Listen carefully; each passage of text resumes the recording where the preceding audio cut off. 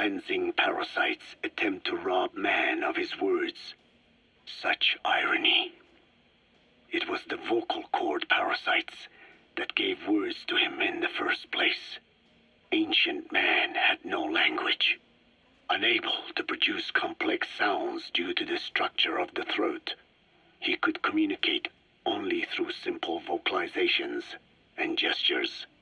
Then the vocal cord parasites infected his larynx. Man's transition to walking upright did not gift him solely with intelligence, but also with his voice. At the time, the vocal cord parasites never harmed man. They merely took a small measure of nourishment. In fact, you could call it a symbiotic relationship. Some animal species use particular vocalization patterns to attract a female and reproduce.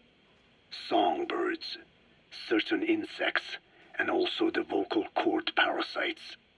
The difference is that the parasites themselves did not produce sounds. Rather, they had their hosts, man, do it for them. Once secure on the human host vocal cords, a male vocal cord parasite caused the host to produce a certain sound pattern, something like a warble of a bird. Meanwhile, females parasitizing other host pharynxes need only wait. Upon hearing the sound pattern of an attractive mate, they would manipulate their hosts into making contact with the person it came from. The female traveled through his host's saliva to the other host's vocal cords, where the male was waiting, and the pair copulated. We can only imagine how the female manipulated his host, but it was probably through smell. Smells traveled directly to the limbic system via the olfactory cilia in the nasal cavity. Volatile compounds released by the female would stimulate the limbic system, which controls instincts, making the host feel amorous. This kind of sexual selection naturally led to competition between the male parasites. Males that had their hosts produce sounds perceived by females as more attractive succeeded in copulating and producing offspring. Evolutionary traits caused by sexual selection are curious. The peacock's feathers, the mannequin's dance, the firefly's luminescence pattern.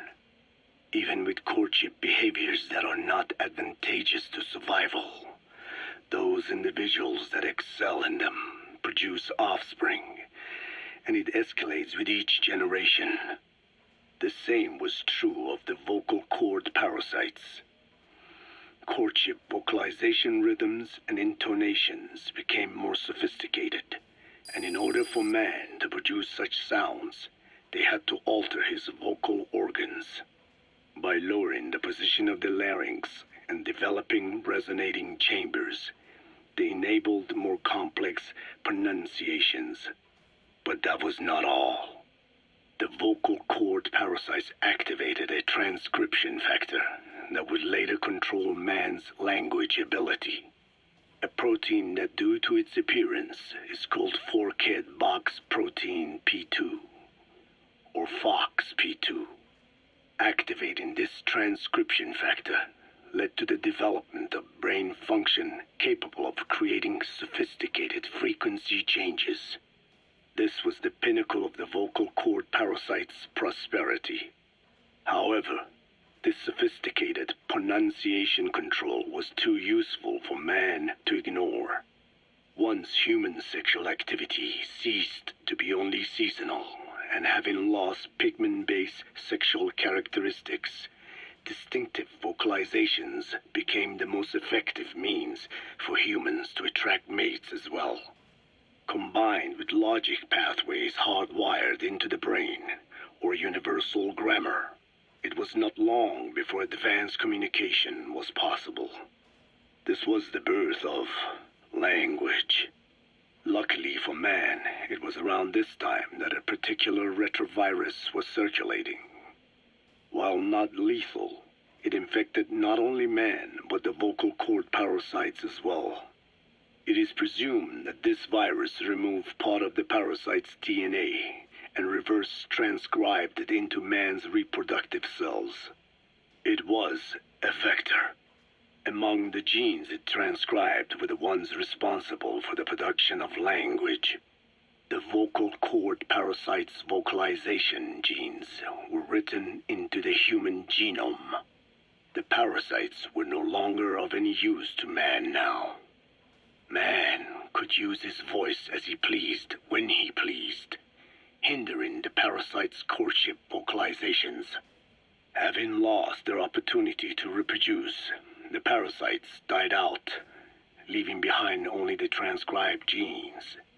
The vocal cord parasites were once in symbiosis with man. Its genes even became a part of his. Humans and parasites are extremely close. As such, it will be extremely difficult for man's immune system to eliminate the vocal cord parasites. Even cutting them out will be no simple matter, which is exactly why these ethnic cleansing parasites are such a formidable weapon.